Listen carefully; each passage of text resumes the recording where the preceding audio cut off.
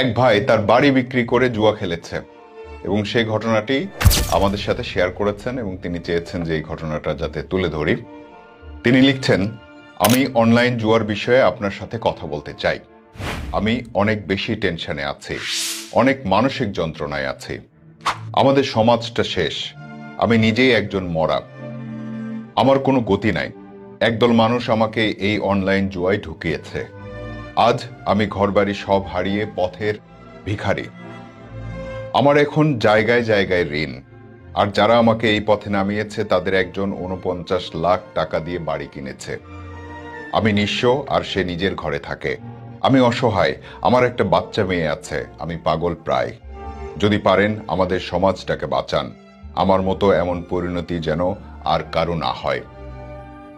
সে অনেক কাহিনী লিখলে চোখে পানি চলে আসবে।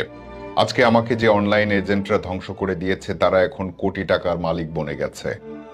সমাজের মানুষ দেখে কিন্তু কেউ কিছু বলে না। আগে রাজনীতিবিদ আর পুলিশকে টাকা দিয়ে চালাতো, এখন তো কাউকেই টাকা দেয়া লাগে না। তাই এজেন্টরা এখন অনলাইন জুয়ার ব্যবসায় আরো বেপরোয়া। দোকানে দোকানে রমরমা জুয়ার ব্যবসা। আমার মতো হাজারো প্রাণ ঝরে যাচ্ছে।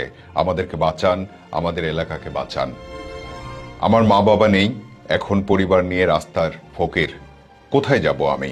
আমার খালি মনে হয় ফাঁসি দিয়ে মরে যাই। যদি আমার একটা 4 বছরের বাচ্চা না থাকতো তাহলে আমি অনেক আগেই ফাঁসি দিয়ে মারা যেতাম। আমার এই জীবনের আর কোনো দাম নাই। সমাজের অপমান অপদস্থ আর ভালো লাগে না। আমাদের সমাজটাকে আপনি বাঁচান। এই লোকগুলোকে আইনের আওতায় এনে বিচার করেন।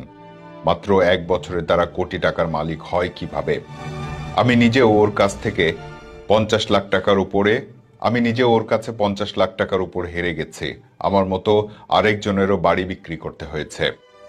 যদি আমার কথা শুনে আপনার মায়া হয় তাহলে আমি ওপেনলি আপনাকে হেল্প করব, কারণ আমি নিঃস্ব, এটা সবাই জানে। কাদের জন্য নিঃস্ব এটাও সমাজ জানে। তাই আমি সরাসরি গিয়ে তাদেরকে ধরিয়ে দেব। আমি আমার জীবনের মায়া করি না। আমার জীবনের আর কিছুই নাই। আমি ঢাকার মিরপুরে থাকি। ঘটনাটাও এখানকারই। ওরা আমাকে এমন অবস্থা করেছিল যে আমি আমার কিডনিটাও বিক্রি করতে চেয়েছিলাম। বিভিন্ন অনলাইনেও সার্চ দিতাম কিডনি বিক্রির জন্য। তারপর আমার বাড়ি বিক্রি করে ওদেরকে টাকা দিতে হয়েছে। এই হলো মূল ঘটনা। এখানে তিনি প্রত্যাশা করেছেন যে আমরা তাদেরকে গিয়ে ধরবো তার কথার ভিত্তিতে বা তাকে সাক্ষী করে বা তিনি যে প্রমাণগুলো দিবেন তার ভিত্তিতে। এখানে একটা বিষয় খেয়াল করুন, এই অনলাইন জুয়া নিয়ে আমরা একটা সময় বলেছিলাম যে আমরা ভিডিও করতে চাই না।